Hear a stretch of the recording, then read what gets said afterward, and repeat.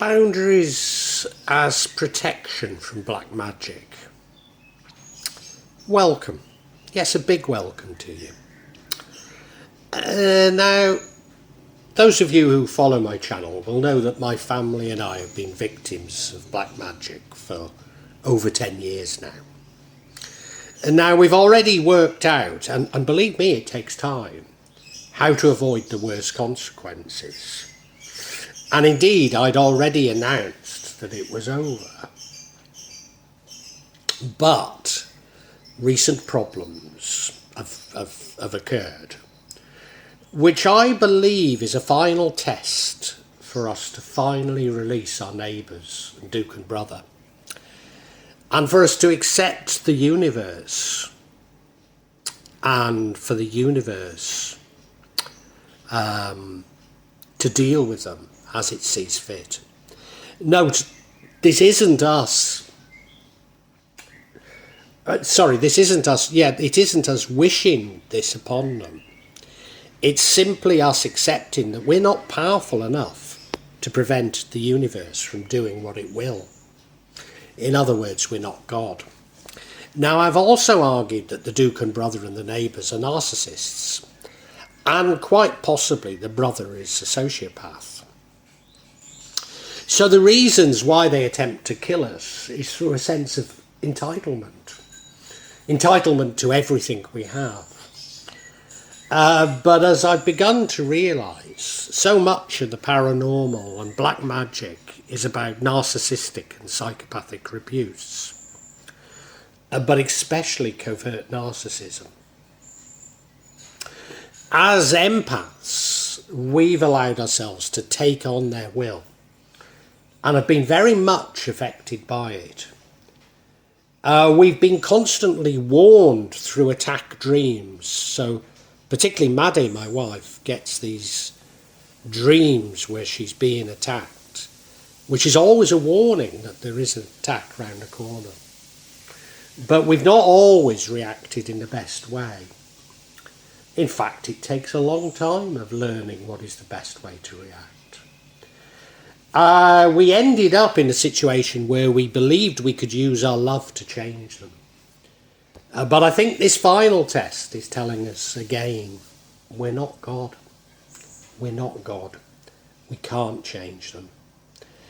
And a part of releasing them is knowing that we must set boundaries, both psychological, indeed in some cases even physical, and paranormal. Do I need boundaries? Well, I'm going to look at boundaries from the sort of psychological standpoint and then bring it back to the context of magic. But it seems to me that you require boundaries if you're overly empathetic or indeed narcissistic.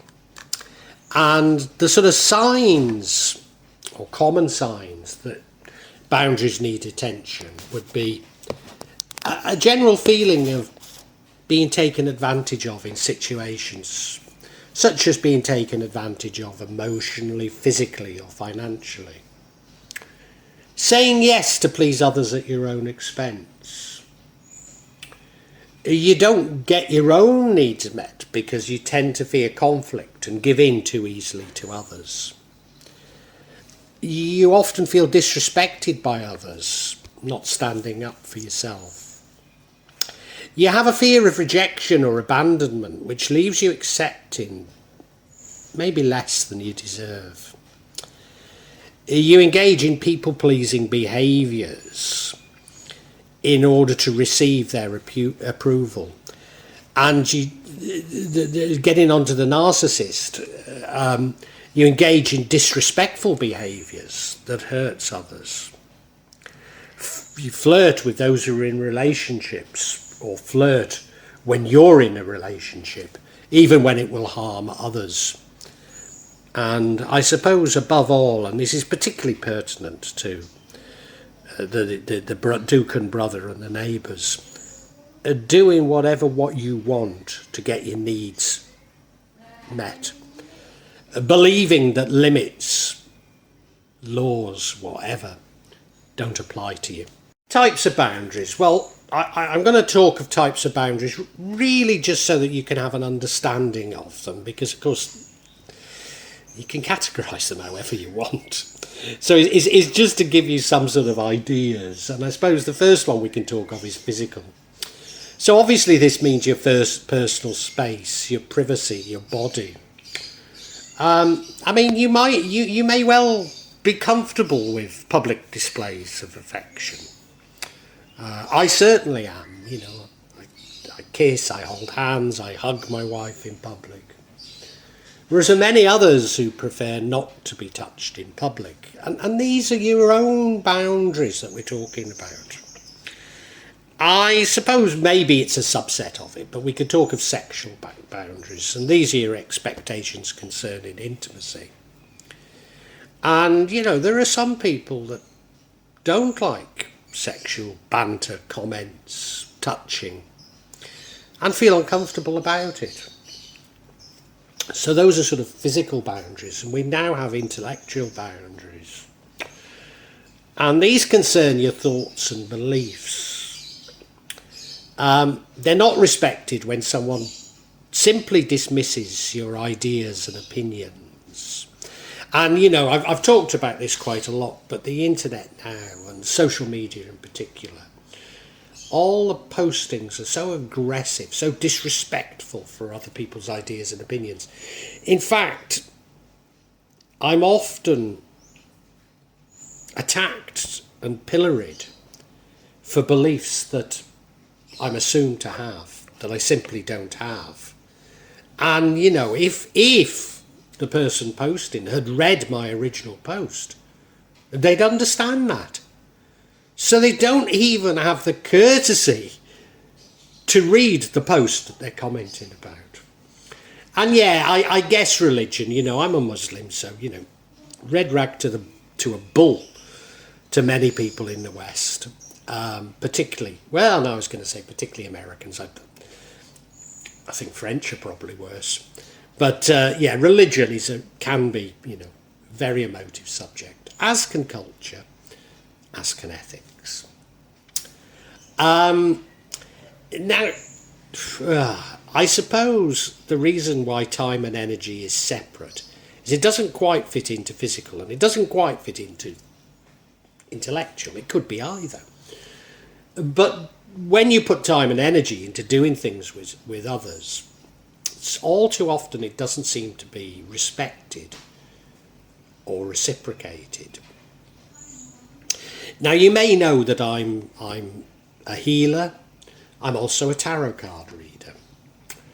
And, well, no, I was going to say from my tarot card readings, but actually in both situations, people will often come to me. And it's particularly women, and they're particularly from the Indian subcontinent. Now, I'm not singling out Indians because I'm also meaning Pakistanis here. And they will plead with me to do a reading for them, to help them out without payment, claiming they've got no money or whatever, you know. And, you know, I'm an empath. I do it. Indeed, in healing and in tarot card readings, we should not set a price on them and just receive, you know, whatever people give. But nobody ever turns around and offers me money. Nobody's ever done it. I mean, I think they perceive me to be a rich Westerner and, you know, they're poor Indians or Indonesians or what have you. Not knowing the reality of the situation. But yeah, they've never offered to. Never offered to. And, do you know, I mean, some of them do say thank you. Some of them are very nice to me. But others, you know, even after I've done a reading, say a tarot card reading, they never say thank you. They never come back and say, oh, yeah, you're right. No feedback whatsoever. I just hear from them again when they'd want another reading. So, I mean, it is abuse, isn't it? It's abuse of my time. But above all, you know, tarot card readings take a lot of energy. I mean, they don't think they do, but they do. And, you know, it's abuse of my energy. And in doing so, they're putting themselves above me, aren't they? You know, I'm just a healer, just a tarot card reader. And in both, of course, I do have to be meek. I don't have to allow the ego to be too big, but my God, I should stop allowing their egos to dominate me. So I suppose this takes us to emotional, you know, a person's feelings. And, you know, maybe you're not comfortable with sharing your feelings about everything to a friend or even a partner. And you might prefer to gradually do it over time. Whereas, you know, you might be being pushed by people to share your feelings. And I suppose the most common one, but I've put it at the end because financial, you know, what is it? Well, you know, maybe you like to save money and not spend it on frivolous things. Isn't everything we spend money on frivolous? Probably. Fashions, at least, you know. But what about loaning money to people? And you give money to people and they go out and spend it on the very things that you're not buying for yourself. And, you know, I'm a serial victim of this. I mean, I moved to Indonesia now, I think it's 8 years ago. And I'm not just talking of Indonesians, I'm also talking of expats in Indonesia. But virtually anybody that's come to me and asked me for money, and they've always said, you'll get it back next week, look, I'm getting this money from here and you'll definitely get it back next week or next month or what have you. They've never paid me back. No attempt whatsoever. And of course, I've learned bitterly from it that I just cannot loan money to people. And again, it's them putting their wants and needs above me. In fact, you know, my eldest stepdaughter needs quite an expensive procedure on her leg. Well, very expensive procedure on her leg. It'll cost me half the value of the house, assuming I could even get the value of the house. So I've simply not got the money. But you know, if I was to be paid back a quarter of all that I've loaned to people, I could afford it. So yes, I'm a serially abused in that. Setting boundaries. So how do we go about putting up boundaries or setting these boundaries? Well, first of all, identify what they are. Now you have to think through what you need, what you want to accomplish in setting boundaries. Why are you doing it? And a useful way of doing this is to say, what is the worst thing this person could do to me? And if they did it, what would be my ultimate sanction? Now, if you have no sanction, there's no point in having boundaries, is there? You know. But, you know, hopefully you can identify what's the worst thing they could possibly do, what your sanction would be. And, you know, often with narcissists, your sanction is you walk away, no contact. And once you've identified what's the worst they can do, you can work your way down it until you say to yourself, well, no, I wouldn't use that I wouldn't use the sanction. So then you know what your boundaries should be. Now, last night I did a tarot reading for Mas Perwa's daughter. And she's married now. She's married again. Married to somebody that the family really pushed her into. And she's having little doubts about this marriage. I mean, she had them before she got married, so that would tell you. But, you know, this is a different culture. She's already been married. She's got a child. She's not getting any younger. So she was pushed to get married, and she's got married. She's having these doubts about her partner. And she came for a tarot reading. I should add, without paying me. And she really wanted me to say, he's doing this, he's doing this, he's doing that, he's doing that. And what the tarot said is, look, if you work on this marriage, and I'd already told her before the marriage that it's not one made in heaven. It's going to be one with arguments, with difficulties that will require real work to make it work. But what the tarot was saying last night was, you can find real love, you can find everything you want in this relationship, but you have to be prepared to really work on it. And it's you that's sabotaging it, because you're the strong person in this, not him. So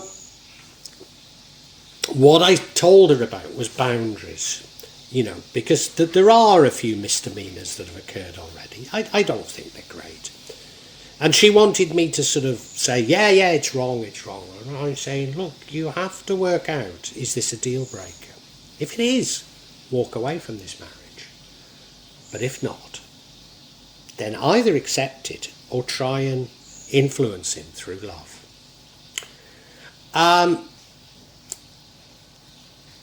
You have to look, of course, the difference between me and Rat now is our personal values, and they have to be our guide. So you must respect yourself, you must trust your instincts when setting boundaries. And understand that different relationships require different boundaries. So it's not a one-size-fits-all. You have to look at each relationship and evaluate those relationships. And before you even think of enforcing or communicating the boundary, you need to be clear in yourself on what you personally need. Above all, realise that it takes practice and patience. And once you've got your boundaries, you can then communicate your boundaries or expectations, and you do it clearly, calmly, but above all, consistently. Stick to the facts. There's no need to over-explain them. There's no need to justify them. Just come out with the facts. Don't blame, and certainly don't become defensive. Speak up, but speak up respectfully. So all you're doing is saying, this is what I'm prepared to accept. This is what I'm not prepared to accept. And finally, we have to say that if your boundaries aren't respected, evaluate your options and take action. So that was me about saying, what's the ultimate and what are the sanctions you would do? Because you have to be prepared to go through with these sanctions. If you're not, there's no point in having them, are there? And, as this happens, look, pay attention to the relationship changes. Hold your ground on things. Hold your ground, because there's no point in putting up these boundaries and finding out, the other finding out that you'll just release them.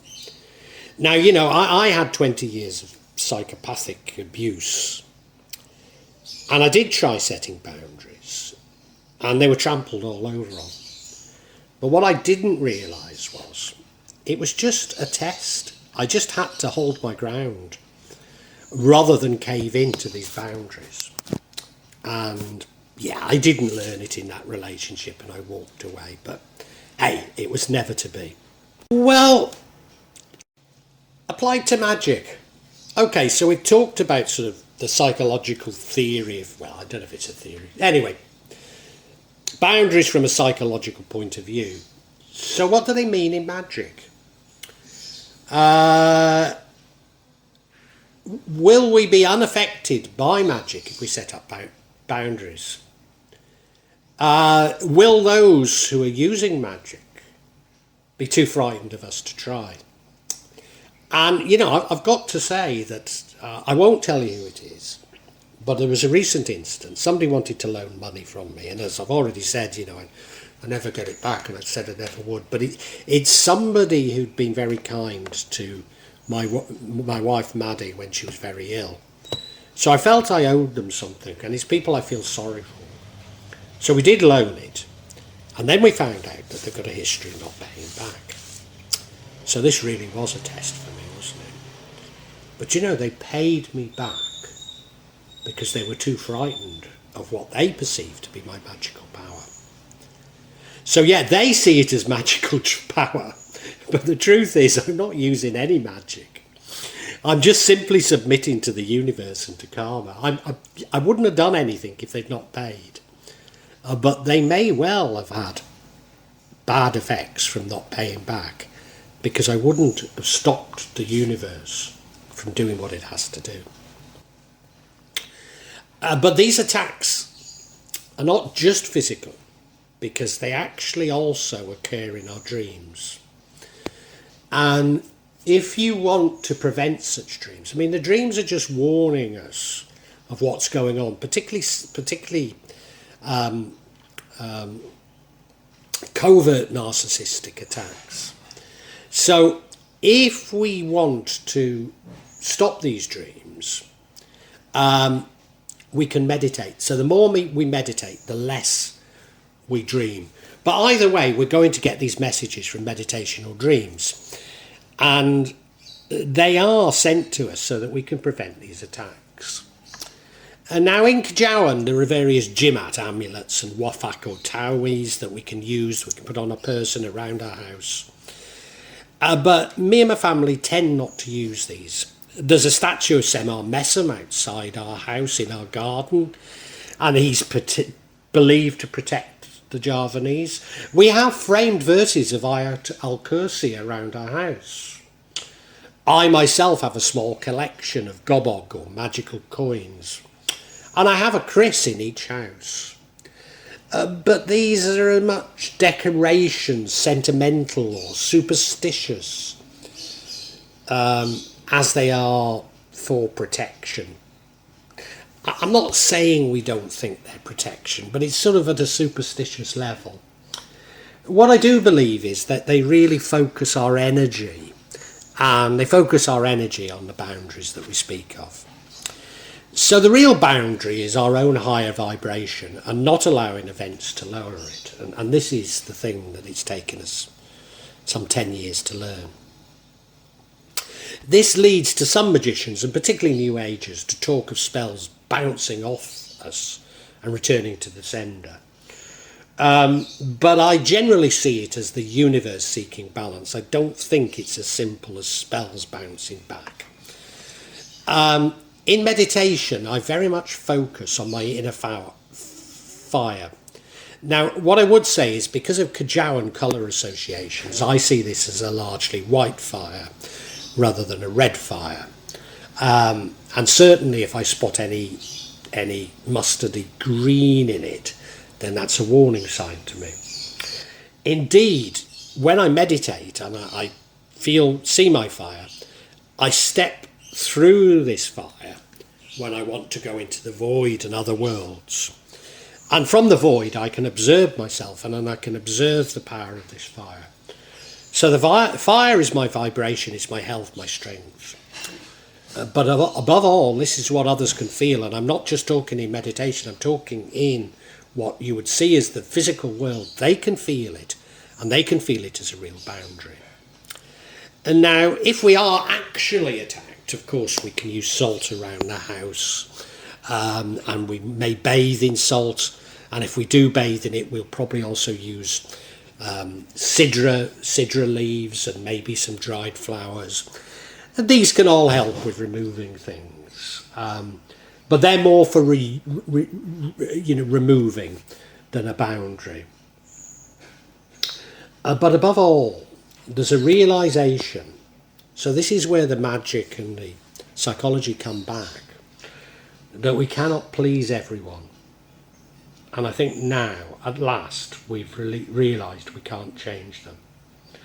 And we can only submit to the universe and what it wants.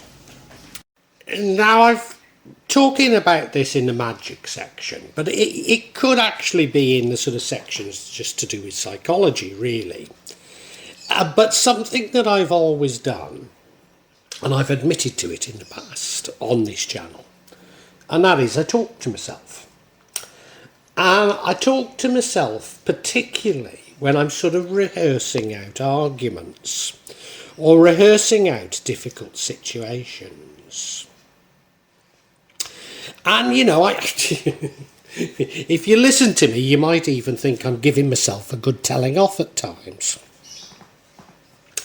And I used to think that this was all about me sort of getting the better, rehearsing an argument so that I'd get the upper hand in the argument.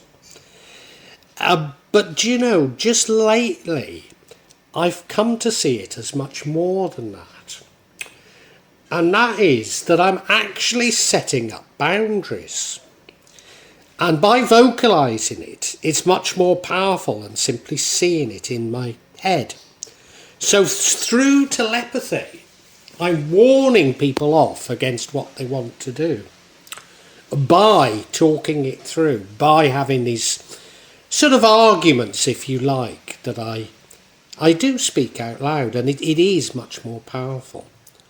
So I don't know, I've come round to thinking that these are incredibly powerful boundaries that I've known about all my life, because often once I've rehearsed it, it doesn't happen. And yet I think I've known about it all my life, but just never thought about it and seen it in this way. However, what if this magic and these people that are using it against us are simply a reflection of our own thoughts and the darkness that's within us all? Then isn't the boundary about exploring our shadow self and not projecting it onto the universe? So in a Jungian sense, we need to understand our shadow self. We need to understand our own darkness. I call it jihad. So in many respects, this is the exact opposite to our immediate reaction when we're confronted with black magic. Because it's not about fighting power with more power, but it's actually about identifying and removing our own darkness, embracing the light and suppressing the ego. So once again, is it not all about the light of bliss and love that I have found? I really hope you've enjoyed this vlog and that, not only got something out of it, but provoked thoughts. I'm not here to push my beliefs, my thoughts on you, only to open up your own thinking. Get you thinking about the world and life. When I started The Real Magic of Java, I believed that I'd only release them every month or maybe every 2 months. But now I find myself adding to this subsection once or twice a week. But please subscribe and hit the bell to get notifications for when I add new parts to this subsection. In part, the reason why I'm doing it more often is that the concept has moved from filming rituals and events that took place in Java to me also describing my beliefs and philosophy. And that does come in response to people expressing an interest in it. But of course, me actually seeing rituals and events really doesn't happen so often. What I would say to you is that there's no attempt at subterfuge on my behalf. And when I do experience rituals, I will include them for you to see. And as I say, there's no way I'm trying to mislead you. And if I believe there is subterfuge, if I uncover it, I will point it out to you. I'm trying to be as honest as I can be. Now, please make comments, please ask questions, and I'll try to be as honest and open with you as I can be. Of course, there will be some of you who disagree with me, particularly when I talk in terms of my own beliefs, my own feelings. And, you're welcome to alternative feelings, and we can agree to disagree. Sometimes I find that people on YouTube can be unnecessarily attacking and aggressive, and at times I don't restrain myself enough, and I apologise, but it's not my intention to put anybody down. I know what I talk about can be emotive, And it can be challenging to your beliefs. But, you know, I'd love to enter an open discussion, a heartfelt discussion. But unfortunately, I often come across things that are, especially when people quote the scriptures to me, I've just no idea where it takes us, you know. Because I'm speaking from the heart, you know. I mean, you know, sorry, if you want to quote the scriptures at me, do so, but it doesn't have much impact on me, you know. I personally have no desire to impose my feelings on you, and I suppose when people try to do it to me, it washes off, you know. All I'm trying to do is I'm trying to share my feelings with you, and I'd love an open discussion on feelings. I really would love it, you know. And sorry if I don't always react as best I should. I try and cure this in myself, but I think this is part of the sort of narcissism of social media that I talk about so much in this subsection. So look, if you've enjoyed it, I really urge you to listen to other sections on this channel, particularly the 4 audio books that I've uploaded onto this channel. Yes, they are in a novel format. They are novels, but they go into much greater depth than my thoughts and feelings. Now, what I would say to you is these are sequential. So my thoughts and feelings develop as we go through each chapter and each book. So it does begin with 1.1, the Chinese cemetery. But, you know, hey, it's up to you. Feel free to dip in as you wish, as you want. And, you know, really heartfelt thanks for listening to this. And I really want to say a great big thank you, and God bless you.